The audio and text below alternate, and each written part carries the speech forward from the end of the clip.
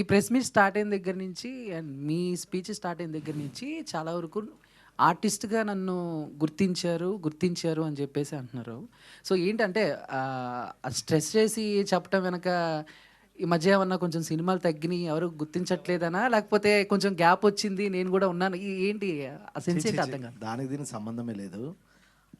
Title artist కాబట్టి అలా మాట్లాడితే కొంచెం రీచ్ అవుతుందని తప్ప గ్యాప్ వచ్చింది గుర్తించట్లేదని మీరు అనుకుంటారు, నేను అనుకోవట్లేదు. Okay, thank you.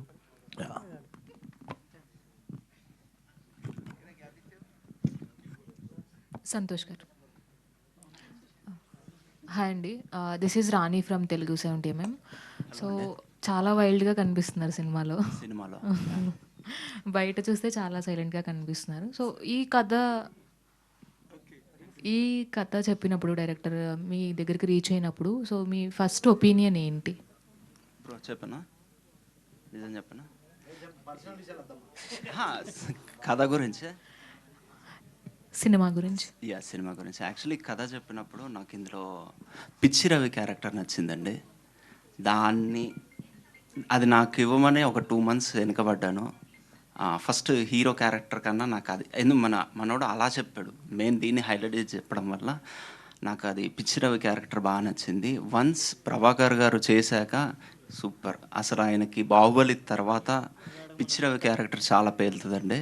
అండ్ మీరు వర్క్ చూస్తారు, చాలా బాగుంటుంది. రెగ్యులర్ వర్క్ అయితే ఉండదు, స్క్రీన్ ప్లే బేస్డ్ ఉంటుందండి. అండ్ డైలాగ్స్ పరంగా కానీ యాక్షన్ అంటే వైలెన్స్ పరంగా కానీ కొన్ని బౌండరీస్ ఉంటాయి. సో అది మించి ఉంది అని అనిపిస్తుంది. సో ఎంతవరకు అంటే ట్రైలర్లో చూసి మనం మొత్తం సినిమా అంతా ఉంటుంది అని అనుకోకపోవచ్చు, కానీ సో ఎంతవరకు అవి బౌండరీస్ అనేవి మెయింటైన్ చేశారు? ట్రైలర్ చూసి మీరు భయపడి ఉండొచ్చు, కానీ సినిమా చూస్తే మీరు ఎమోషనల్గా కనెక్ట్ అవుతారు. మేబీ మీరు 2 drops అయినా రావచ్చు. సో కంప్లీట్ డిఫరెంట్గా ఉంటుంది. ఆల్ ది బెస్ట్ అండి. Thanks lot. యాక్చువల్గా మీరు ఇందాక మాట్లాడుతూ కొన్ని సినిమాల్లో పెద్ద పెద్ద రాడ్లు గొడ్డళ్ళు వాటితో ఫైట్ చేస్తారు, కానీ ఇందులో చాలా చిన్నవే ఉన్నాయి అని చెప్పారు.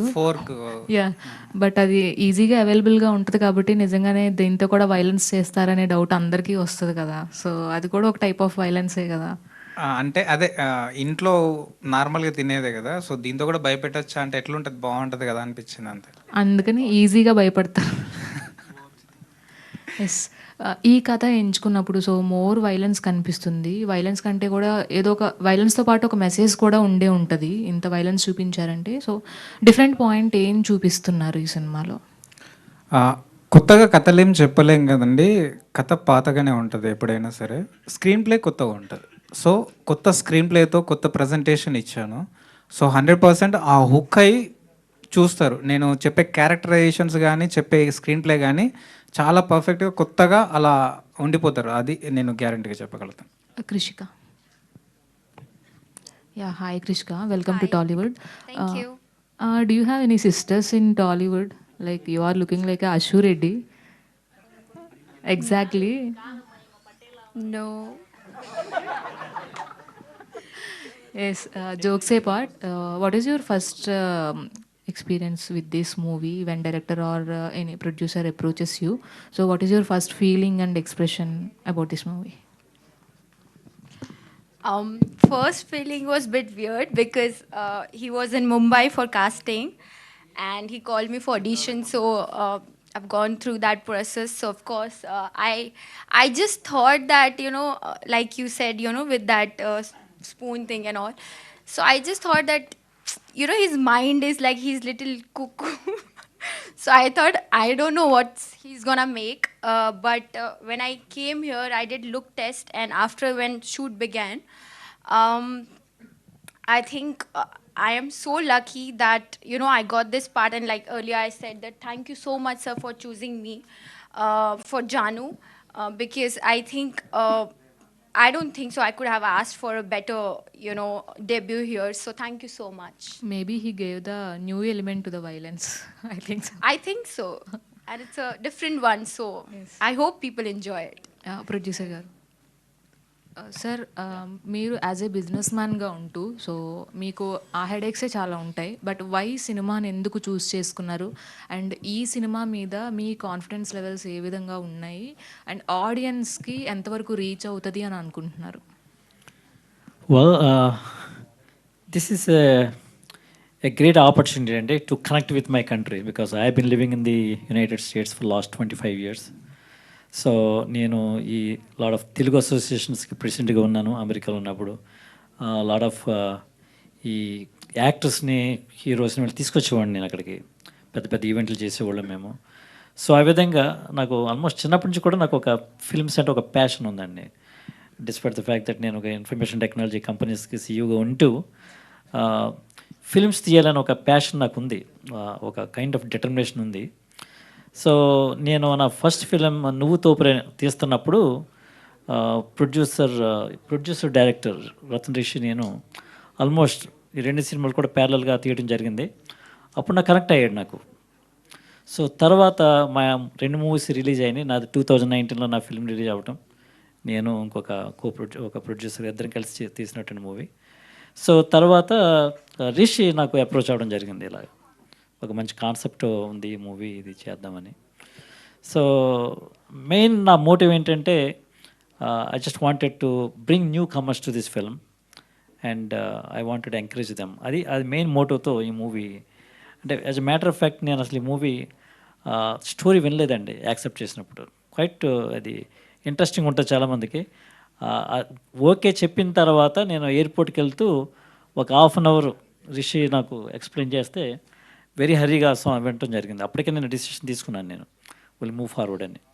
సో ఆ విధంగా ఏంటంటే ఒక మంచి ఇంట్రెస్ట్తో తీసినటువంటి ఫిల్మ్ ఇది. అయితే చాలా బాగా వచ్చింది. ఒక ప్యాషనేట్తో వచ్చే ఏ యాక్టర్స్కైనా డైరెక్టర్స్కైనా ప్రొడ్యూసర్స్కైనా వచ్చిన తర్వాత ఒపీనియన్ అనేది కొంచెం మారుతూ ఉంటుంది. సో ఇప్పుడు మీరు అంటే బిఫోర్ మూవీస్ వైపు చూడకముందు ఇప్పుడు మూవీ తీసిన తర్వాత మీ ఒపీనియన్ ఏమైనా ఆ స్టాండర్డ్స్ ఏమైనా తగ్గాయా పెరిగాయా అంటే ఏం చెప్తారు? స్టాండర్డ్ చాలా పెంచామండి. యాక్చువల్ రిషి నన్ను అప్రోచ్ అయినప్పుడు జేమ్స్ గారు మనం 1.5 crores మనం సినిమా తీసేద్దాం అన్న ఆ సినిమా మేము ఎక్కడ కూడా ప్రొడక్షన్ వాల్యూస్ కాంప్రమైజ్ అవ్వకుండా. Not about the money. So me ideology అంటే ఒక ఐడియాతో సినిమా మీద ప్యాషన్తో వచ్చుంటారు కదా. సో తర్వాత సినిమా తీసిన తర్వాత మీ ఒపీనియన్ ఏమైనా చేంజ్ అయిందా లేదంటే అదే ప్యాషనేట్తో ఉన్నారా అనేది?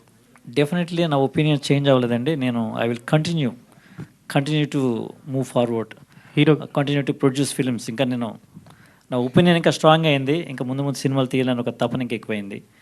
సో అంటే దీని ద్వారా చాలామందికి ఎంప్లాయ్మెంట్ క్రియేట్ చేయొచ్చు, నెంబర్ 1. చాలామంది కొత్త యాక్టర్స్ని ఎంకరేజ్ చేయొచ్చు, నెంబర్ 2. సో దిస్ సొసైటీ కూడా ఒక మంచి మెసేజ్ని ఇచ్చే సినిమాలు కూడా వెన్నుకోవడానికి అవకాశం ఉంటుంది. అంటే at the same time commercial యాంగిల్స్లో చూసుకుంటూ కూడా మనం చేయడానికి అవకాశం ఉంటుందని నాకు భావనకి ఇది అయింది.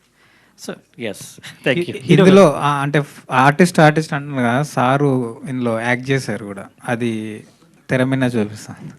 హీరో గారు ఇక్కడ ఐఎమ్ శరత్ అండి. ఇందాక మీరు మాట్లాడేటప్పుడు సినిమా డైలాగ్ చెప్పారు, కంటిన్యూగా కొంచెం బూతులు కూడా మాట్లాడారు.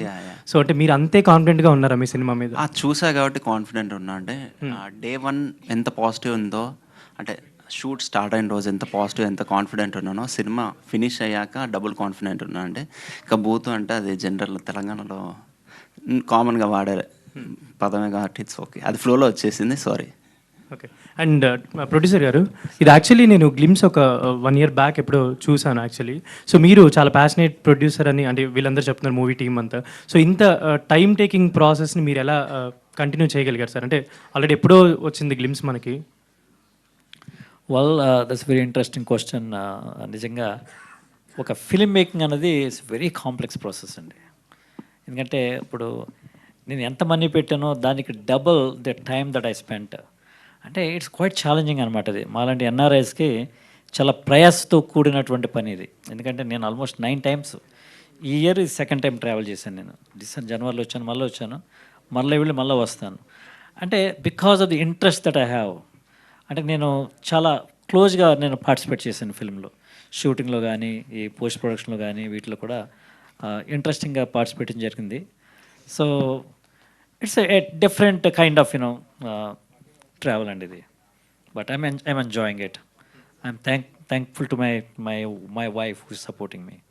I'm so director grateful. గారు, యా, సో ఎందుకు పర్టికులర్గా దీనికి అంటే ఆర్టిస్ట్ అనే టైటిలే పెట్టాల్సి వచ్చింది? లైక్ కిల్లర్ అంటే జానర్స్లో చాలా ఉంటాయి కదా టైటిల్స్, మనకి వెతుకుంటే చాలా ఉంటాయి.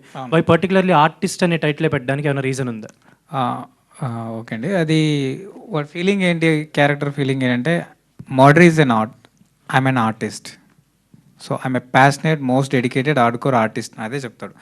నువ్వు కిల్లర్వి, నువ్వు సైకో అంటే no I'm not a psycho, I'm an artist అంటాడు. సో వెరీ సిన్సియర్గా బిలీవ్ చేసి మర్డర్ చేసుకుంటే ఐఎమ్ అన్ ఆర్టిస్ట్ అని చెప్పుకునే క్యారెక్టర్ అది. So, అందుకు ఆర్టిస్ట్. పేరు మారితే ఇంతలా మారిపోతారా మనుషులు అన్నట్టు, ఎందుకు వైల్డ్గా ఎందుకు మారిపోయారు పేరు మారితే? అంటే ఫస్ట్ నేను సినిమాని ఎలా చూశానంటే అండి, మంచి డీసెంట్, మంచి అటెంప్ట్, మలయాళం, తమిళ్ సినిమాలు ఎక్కువ ఫ్లేవర్ తీసుకుంటాం కదా, ఆ హానెస్టీతోని ఫస్ట్ సినిమా చేసినప్పుడు ఒక చిన్న భ్రమ ఉంటుంది. అంటే మనకి అది ఎక్స్పీరియన్స్ లేకపోవడం కూడా కావచ్చు. మంచి సినిమా చేసినప్పుడు ఎవరన్నా తీసుకుంటారు, ఇట్లా రిలీజ్ చేస్తారు, ఇలాంటివి ఉంటాయి అని. సో ఆ దాంట్లో ఉండేది. అప్పుడు చేసిన తర్వాత దాన్ని రిలీజ్ చేయడానికి నేను పడ్డ తప్పని మామూలుగా కాదు, అది చాలా టార్చర్. సో సినిమా అంటేనే కమర్షియల్. సో ఇక్కడ ఎవరికి హెల్ప్ చేయాల్సిన అవసరం చేయరు కూడా. ఇట్స్ ఎ కంప్లీట్ బిజినెస్, ఎవరిని తప్పుపడడానికి కూడా లేదు ఇది. So it's complete business. నాకేంటి నీకేంటి, నీకు నేను చేస్తే నాకేం వస్తుంది అనేది మ్యాటర్. సో నా సినిమా ఎవరు తెలీదు, నేను ఒకటి తెలీదు, నేను అద్భుతం చేసినానంటే ఎట్లా అద్భుతం అవుతుంది? అది మీడియా తీసుకొని జనాలకు వెళ్ళినప్పుడు అది అద్భుతం, అదర్వైజ్ అది అద్భుతం కాదు అది. సో అట్లా సినిమా అది పోయింది. సో అంటే మన కాంటెంట్ ఏదైతే ఉంటుందో జనాలకు దూసుకెళ్ళిపోవాలి, ఒక రాపినా కూడా ఆగకూడదు. సో దానికి హెల్ప్ మీడియా ఉంటుంది. సో అలాంటి కంటెంట్ కమర్షియల్గానే సినిమాని చూడాలి. ఆఫ్టర్ నువ్వేంటో తెలిసిన తర్వాత నువ్వు ఏ సినిమానే చెయ్యి, బాగుంటుంది అనే ఉద్దేశంతో జస్ట్ ఇలా కమర్షియల్గా చంపుతాడు ఆర్టిస్టిక్గా. ఏంటని ఎన్ని రకాలుగా చంపుతుంటాడు ఆర్టిస్టిక్గా అని? అట్లా వెరైటీస్ ఏం లేవండి. నార్మల్గా అతనికి అప్పుడు అనిపించిన దాన్ని బట్టి. సో కిల్ పర్ఫెక్ట్లీ అన్నాం కదా, సో ప్రాణం చాలా విలువైనది, దాన్ని ఎట్లా పడితే అట్లా తీయొద్దు, పర్ఫెక్ట్గా చేయాలనేది వాడి ఇంటెన్షన్. రీసెంట్లీ మార్కో ఒక వైలెంట్, ఇలాగే వైలెంట్గా ఉంది, ఇష్టం వచ్చినట్టు చంపేయడం ఉంటుంది. నెక్స్ట్ హిట్ 3 నాని సినిమాలో కూడా ఉంది, నిన్న రిలీజ్ అయిన సినిమాలో కూడా. వైలెంట్ ఇంత ఎక్కువగా ఉండడాన్ని మీరు ఏమంటారు? అంటే మీరు కూడా దాన్ని అదే బాటలో వెళ్తున్నారా? అంటే చిన్న సినిమాకి పెద్ద సినిమాకు చిన్న చేంజ్ ఏంటంటే కాంప్లికేషన్ చాలా ఉంటుంది. అంటే ఒక చిన్న సినిమా బయటికి రావడానికి, అది ఫామ్ చేసుకోవడానికి, ఇక్కడ దాకా రావడానికి చాలా కష్టం ఉంటుంది కదా. సో యాక్చువల్లీ ఇది 2 years బ్యాక్. సో ఇప్పుడు ఈ గ్యాప్లో ఇవన్నీ రావడం వల్ల నేను ఇన్స్పైర్ అయినట్టుగా ఉంది, వీటిని ఫాలో అయినట్టుంది. So end of the day ఏది ముందు వచ్చింది అనేది ఇంపార్టెంట్. సో వాటిని ఏమి తీసుకునేది కాదు. బట్ వైలెన్స్ అనేది కొంచెం మాస్ యాంగిల్లో చూస్తాం కదా, అది జనాలకి ఈజీగా వెళ్తుంది, ఆడియన్కి ఎక్కువ అట్రాక్షన్గా ఉంటుంది అనే ఉద్దేశంతో. అందుకే క్రైమ్ ఎవరు ఎంకరేజ్ చేయరు, కానీ ఇంట్రెస్టింగ్గా చూస్తారు. క్రైమ్ జరిగిన దాన్ని పగలబడి మరి బ్యాక్ టు బ్యాక్ మనం బ్రేకింగ్ న్యూస్ లాగా చూస్తూ ఉంటాం. అదే చెప్తున్నాడు అక్కడ. క్రైమ్ ఎవరు ఎంకరేజ్ చంపమని చెప్పారు, ఏం చెప్పారు, కానీ వచ్చిన దాన్ని మాత్రం బ్యాక్ టు బ్యాక్ చూస్తారు. ఎలా చంపాడు, ఏం జరిగింది, లోపు ఎలా వదిలేశారు, ఎక్కడ దొరికాడు, ఏంటి, దాని మీద 100 ఎపిసోడ్లు వస్తాయి. వైలెంట్ ఎంతగా చూపించారో రొమాన్స్ కూడా అంతే ఎక్కువ చూపించినట్టున్నారు. బ్యాలెన్స్ చేయాలి కదని. ప్రొడ్యూసర్ గారు, సార్ అమెరికా నుంచి వచ్చి ఇంత వైలెంట్ చూపించాలా 2 గంటల సినిమా? అంటే ఆడియన్స్ యొక్క పల్స్ బట్టి మనం సినిమాలు తీయడం అన్నది కూడా ఒక ఇంట్రెస్టింగ్ అది. సో అయితే ఆయన కథ నా దగ్గర తీసుకొచ్చినప్పుడు మరి ఆ కథ ప్రకారం మరి చేయలే, దాంట్లో ఒక వండర్ఫుల్ మెసేజ్ ఉంటుంది ఎట్ ది ఎండ్. ఆ మెసేజ్ బట్టి నేను యాక్సెప్ట్ చేయడం జరిగిందండి. సో అంటే 2 గంటలు వైలెన్స్ చూపించి లాస్ట్ 2 నిమిషాలు మెసేజ్ చెప్పడం అంటే 2 గంటల్లో కూడా మీకు వైలెన్స్ ఉండదు, మధ్యలో చాలా డార్క్ కామెడీ ఉంటుంది, క్వైట్ ఇంట్రెస్టింగ్ ఎపిసోడ్స్ ఉంటాయి. So audience will definitely enjoy that. ఇందులో రొమాన్స్ సీన్స్ చేశారా, మీరు వైలెంట్గా యాక్ట్ చేశారా? నాది జస్ట్ ఒక 1 minute ఎపిసోడ్ అన్నది. సో డైరెక్టర్ గారు ఏంటంటే మీరు చెయ్యాలి అంటే, of course I'm also interested. నేను తీసే ముందు ఫిల్మ్స్లో కంపల్సరీగా నేను ఒక చిన్న యాక్షన్ చేద్దామని అనుకుంటున్నాను, క్యారెక్టర్ చేద్దామని. ఇంట్లో వాళ్ళు చూసారా సార్ ఈ సినిమా? మా వైఫ్ పిల్లలు చూసారండి. Yeah, okay, all the best. Thank you. Director గారు ఇక్కడ. హాయ్ అండి, ఐఎమ్ అంజలి. హాయ్ అండి. సో ట్రైలర్ చాలా బాగుంది అండ్ సాంగ్ కూడా చాలా బాగుంది. Thank you. బట్ ఇందాక మీరు మాట్లాడుతూ అంటే 2 years బ్యాక్ రావాల్సిన సినిమా, సో ముందుగా ఆల్మోస్ట్ అన్ని ఈ జానరాలు వచ్చేసాయి కాబట్టి ఇన్స్పైర్ అయ్యానేమో అని అంటున్నారు. But too much of violence ఉంది, at the same time too much of romance కూడా ఉంది. But these kind of cinema తీయాలంటే డెఫినెట్లీ ఏదో ఒక ఇన్స్పిరేషన్ అన్నది ఉంటుంది. So Malayalam kind of movies ఏమైనా చూసి ఇన్స్పైర్ అయ్యారా, లేకపోతే what kind of a movie చూసి ఇన్స్పైర్ అయ్యి ఇలాంటి మూవీ తీయాలనుకున్నారు? బికాస్ ఒక రెగ్యులర్ లైఫ్లో ఉన్న అందుబాటులో ఉన్న వస్తువుతోనే చంపచ్చు అని మీరు చూపిస్తున్నారు. సో అది డెఫినెట్లీ షాకింగ్గానే ఉంటుంది. So what is the point, inspire చేసిన పాయింట్ ఏంటి మీకు? ఓకే అండి, థ్యాంక్ యూ. 2 years బ్యాక్ రావాల్సిందని కాదు, 2 years బ్యాక్ రాసుకున్న కథ ఫ్లోలో మేకింగ్ వైజ్గా కానీ ఇవన్నీ అట్లా చెప్పాను నేను. సో అప్పటికే అయిపోయిందని కాదు. సో ఇంకోటి ఏంటంటే ఇన్స్పిరేషన్ నాకు సమాజమే. కథ ఎప్పుడైనా సరే సమాజం నుంచే ఎక్కువ వస్తుంది. నేను సమాజాన్ని ఎక్కువ చదువుతాను, చూస్తాను, రెగ్యులర్ న్యూస్ కావచ్చు ఏదైనా. సో ఆ న్యూస్లో నుంచి వచ్చిన పాయింటే నేను తీసుకున్నాను అన్నట్టు. సో అదే నా సో ఇన్స్పిరేషన్. ఇది ట్రూ ఇన్సిడెంటా? 100%. ఓకే, సంతోష్ గారు. హాయ్ అండి. Hi, సో చాలా రూడ్గా కనిపిస్తున్నారు, ఒక మూర్ఖుల్లా కనిపిస్తున్నారు. అంటే టు బి వెరీ ఫ్రాంక్గా చెప్పాలంటే దీస్ కైండ్ ఆఫ్ క్యారెక్టర్స్ చేయడానికి కొంచెం హోంవర్క్ అనేది చేయాల్సి వస్తుంది. సో అలా మీకు ఎవరైనా అంటే లైక్ ఎవరైనా చూసి నేర్చుకోవడం కానీ, ఎనీ మూవీస్ చూసారా ఏంటి క్యారెక్టర్ బిల్డ్ చేసుకోవడానికి? హోంవర్క్ ఏం చేయలేదు, డైరెక్టర్ ఏం చెప్తా చెప్పాను. మీకు ఆ మూర్ఖత్వం, ఆ వాయిలెన్స్ ఏదన్నా ఉన్నా డైరెక్టర్దే, నాది కాదు. సో సమ్ సీన్స్ ఇలాంటివి కొన్ని సీన్స్ చేస్తున్నప్పుడు మన మూవీ షూటింగ్ అయిపోయినా ఏదైపోయినా కొన్ని మనకి అలా హాంట్ చేస్తూ ఉంటాయి, ఉండిపోతూ ఉంటుంది మైండ్లో అవి చేస్తూ ఉన్నా సరే. సో ఐ మీన్ మీకు ఏ సిచ్యువేషన్ ఆర్ ఏ సీన్ చేస్తున్నప్పుడు కొంచెం ఇబ్బంది ఫీల్ అయ్యారు అండ్ చాలా రోజుల వరకు హాంట్ చేసింది? బేసిక్గా అందరు వైలెంట్ అంటున్నారు కానీ ట్రైలర్లోనే వాయిలెన్స్ ఉంటుందండి. మీరు మూవీ చూసాక ఈ క్వశ్చన్స్ అడగరు.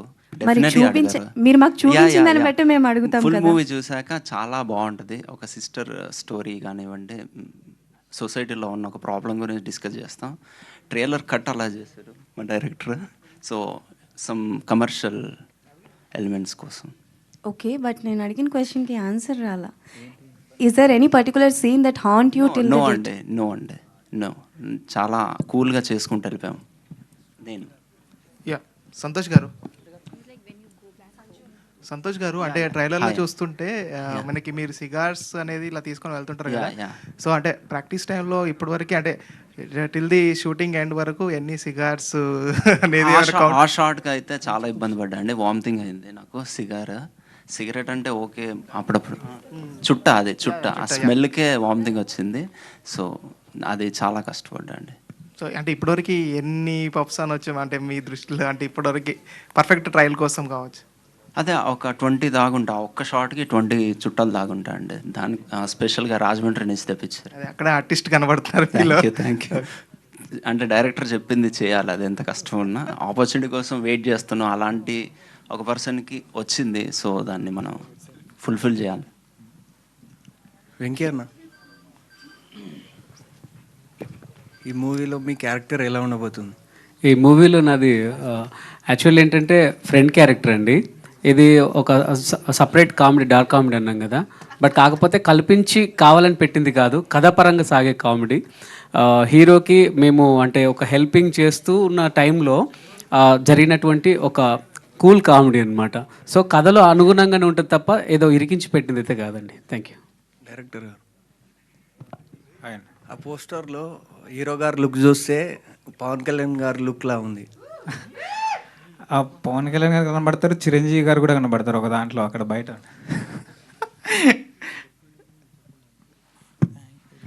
హీరో గారు, యాక్చువల్లీ మీరు ఇందాక అంటున్నారు అది రవి క్యారెక్టర్ నేను చేయాలనుకున్నాను, పిచ్చి రవి క్యారెక్టర్ మీరు చేయాలనుకున్నారు. యాక్చువల్లీ ప్రభాకర్ గారితో ఆల్మోస్ట్ మీరు పోటీ పడి చేసినట్టుగానే ఉంది దీంట్లో. సో ఆయనతో వర్కింగ్ ఎక్స్పీరియన్స్ అండ్ అలాంటి ఆర్టిస్ట్తోని అంటే బీట్ చేయాలంటే కొంచెం కష్టం అవుతుంది. సో మీరు ఎటువంటి జాగ్రత్తలు తీసుకున్నారు ఆయనతో ఈక్వల్గా యాక్ట్ చేయడానికి? కానీ ఎటువంటి జాగ్రత్తలు తీసుకోవడం జరిగింది? ఏమోండి, నేనైతే ఏం కష్టపడ్డట్టు అనిపించలేదు. జస్ట్ బ్లాంక్ వెళ్ళాను, డైరెక్టర్ ఏం చెప్పారో అది చేసి వచ్చాను అంతే. అది ఏదన్నా అప్రిసియేషన్ వచ్చినా డైరెక్టర్కి వస్తుంది. మొత్తం డైరెక్టర్ గారు ఎలా చెప్తారు అంతే అండి. నా ఇన్పుట్స్ ఏం లేవు, జస్ట్ చెప్పింది చేశాను అంతే. ఒకటి ఉంది, చుట్టాలు యాక్చువల్లీ నేను సీగర్ అవే అనుకున్నాను, మనోడే చుట్టాలు అక్కడ నుంచి తీసుకురావడం ఇది ఉంది. నీదేది సంతోష్ బ్రో, ఇందాక మీరు మాట్లాడుతూ అసలు ఈ సినిమా నేను వేరే అనే పెద్ద హీరో చేయాల్సింది, అవును, బయట అవునండి. నేను చేశానని చెప్పాను. Yeah, so yeah. ఎవరా హీరో? అది ఎలా చెప్తా అంటే యా లేదు చెవులో చెప్పండి. ఈయనకంటే చేసాను కొంచెం. రమేష్ గారు, రమేష్ అన్న అంటే ఇప్పుడు ఏ సినిమాలో చూసుకున్నా మీది ఎక్కువ తాగుబోతు క్యారెక్టర్ ఉంటుంది. అంటే మీ పేరు కూడా తాగుబోతు రమేష్ అని పేరు మాత్రం. కానీ ఈ సినిమాలో తాగుబోతు క్యారెక్టర్ అసలు లేదని చెప్తున్నారు కదా. అంటే అదే ఇప్పుడు బేసికల్గా గ్యాబ్ అంటే మనోడు అన్నాడు కదా, గ్యాబ్ వచ్చిందని ఫ్రస్ట్రేషన్. అంటే ఫ్రస్ట్రేషన్ ఏముండదు, ఏ క్యారెక్టర్ అయినా ఒక పీక్స్ వరకు వెళ్తాం. తాగుబోతు పీక్స్ చూసే కదా, అవి వచ్చినా చేయబుద్ధి కాదు, తెలియకుండా ఆ గ్యాబ్. నన్ను నేను కొత్తగా ప్రూవ్ చేసుకోవాలంటే ఇలాంటి సినిమాలు పడాలి కదా. పేరు అదే ఉంటుంది, తాగుబోతు రమేష్ ఇస్ బ్రాండ్, రైట్? అట్లా అని ప్రతిరోజు తాగితే బాగోదు కదా, ఇంట్లో కూడా రానియరు. అందుకని కొంచెం గ్యాప్ ఇచ్చా, కొత్తగా ట్రై చేద్దామని. ఇందులో ఎమోషన్ క్యారెక్టర్ ఏమైనా ఉంటుందన్న? ఎమోషనల్ క్యారెక్టర్ ఏమైనా ఉంటుందా లేకపోతే? ప్రొడ్యూసర్ గారు క్లియర్గా చెప్పారు, రమేష్ నవ్విచ్చాడు, ఏ కట్ ఎడిటింగ్లో పోయినా అంటే నాదా అంటే నీది కాదా అన్నాడు. మళ్ళీ నువ్వు ఎమోషనల్ అంటాడు. Okay next. ఇప్పుడు ఒక పెద్ద సినిమాలో సేమ్ మళ్ళీ తాగబోతు క్యారెక్టర్ వస్తే చేస్తారా, లేకపోతే మళ్ళీ పెద్ద సినిమా చిన్న సినిమా ఏముండదు బ్రో, నాకు నచ్చాలి ఫస్ట్. ఓకే, ఇంకోటి ఏంటంటే ఎప్పుడైనా ఇది పెద్ద సినిమా చిన్న సినిమా అంటే ఏముండదు, నా అవసరం ఉంటే ఎవరైనా పిలుస్తారు కదా. అట్లా అంటే చిరంజీవి గారి సినిమా కూడా చేసా కదా, బోలా శంకర. ఒక్క సినిమా అందమే తాగుతాం, సినిమా అంతా తాగం కదా. అట్లా కొంచెం అవాయిడ్ చేద్దామని. కొంచెం నేను బాగానే ఉన్నా కదా, బాగాలేనా మరి? మీ ఫ్రెండ్స్ జబర్దస్త్ నుంచి అటు వేణు గారు కానీ లేకపోతే ధనరాజు గారు కానీ ఇద్దరు కూడా డైరెక్టర్గా టర్న్ తీసుకున్నారు. అవును. అండ్ ఫ్యూచర్లో ఎప్పుడైనా తాగుబోతు రమేష్ గారిని మేము ఏమన్నా సర్ప్రైజింగ్గా ఏమన్నా ఒక సినిమా డైరెక్టర్ అయ్యి చూస్తామా అని ఉందా? అది ఏమో, అది నాకు తెలియదు. వెంకయ్య మీకు కూడా ఉంది కదన్న, ఉంది చెప్పాలి. ఉంది అన్న, ఉంది. ఆల్రెడీ కథ కూడా అయిపోయింది. చాలా పెద్ద బ్యానర్ లో రాబోతుంది, ఇదైతే చెప్పగలను. చాలా పెద్ద బ్యానర్ లో ఉంది, నిజంగానే ఉంది. అంటే వీళ్ళు నా ఫ్రెండ్స్ డైరెక్ట్లు అవ్వకముందు కథలు చెప్పేటోడిని. కాకపోతే మనల్ని నమ్మి ఎవరో ముందుకు రావాలి, అది మన చేతులు ఉండదు, మన టైం అన్న. తెలిసిపోయింది, ఓపెన్ అయిపోయింది. ఓకే అన్న, వెయిటింగ్ అన్న. ఇష్టమైన క్యారెక్టర్ ఏంటన్న? అంటే ఇప్పుడు తాగుబోతు కాకుండా ఏది ఇంకా అంటే మీకు చేయాల్సిన రోల్ ఏదైనా, డ్రీమ్ రోల్ ఏదైనా ఉందన్న? జబర్దస్త్లో మస్తు చేస్తున్నావు కదనే. అదే అంటే డిఫరెంట్గా ఏదైనా సినిమాల్లో కనబడే. అంటే ఎప్పుడైనా గుర్తుపెట్టుకోవాలి, ఒక విషయం చెప్తా. యాక్టర్ అనేవాడికి డైరెక్టర్లు రైటర్లు రాయాలి. నేను డిఫరెంట్ క్యారెక్టర్ అంటే నేను కథ రాసుకోవాలి. ఇప్పుడు అంటే మీకు చేయాలని ఏదైనా ఉంటుంది కదా, డైరెక్షన్ చేయాలని ఉంది. ఓకే. అండ్ సినిమా లాస్ట్లో నోట్ అండ్ కాషన్ ఒకటి మెన్షన్ చేయాల్సి వస్తుందేమో, all violence and elements belongs to only director అని. అయితే నాకు ఒక కొంచెం ఫస్ట్ ఇచ్చారు హీరోయిన్ అండ్ సోనియా ఆక్లా గారు. ఫస్ట్ డే షూట్కి వచ్చినప్పుడు సోనియా ఆక్లా నన్ను వచ్చి కలిసి షేక్ హ్యాండ్ ఇచ్చి వెళ్ళారు మేకప్ వేసుకోవడానికి. ఎందుకు తెలియదు, అంటే రెస్పెక్ట్ ఏమో అని అనుకున్నాను. ఒక షార్ట్ అయిపోయిన తర్వాత తను చెప్పింది, కొంచెం ఇన్స్టాగ్రామ్లో ఫొటోస్ చేంజ్ అయ్యావా. ఎందుకు ఏమైందని అంటే, కొంచెం సైకోలాగా ఉన్నావు, నేను వచ్చి చెక్ చేసి నువ్వు ఎట్లా బిహేవియర్ ఉంటుందో తెలుసుకొని పోయి మేకప్ వేసుకున్నా, నాకు తేడా అనిపిస్తే నేను వెళ్ళిపోయేవాడిని అని అనేసింది. మరి ఇప్పుడు ఓకేనా, పర్లేదా అంటే ఓకే పర్లేదు అని. మరి ఆర్జీవి గారితో చేశారు కదా, మరి ఏమనిపించింది అంటే ఆయన కూల్, మరి వర్క్ చేస్తే కదా తెలిసేది, చూసి ఎట్లా డిసైడ్ చేస్తారు అని అన్నాను. ఈ హీరోయిన్ గారు కూడా సేమ్ అదే బిరుదు ఇచ్చారు, బట్ నేను అది కాదు, సినిమా వారికి అంతే. అండ్ ఈ టీమ్ని బ్లెస్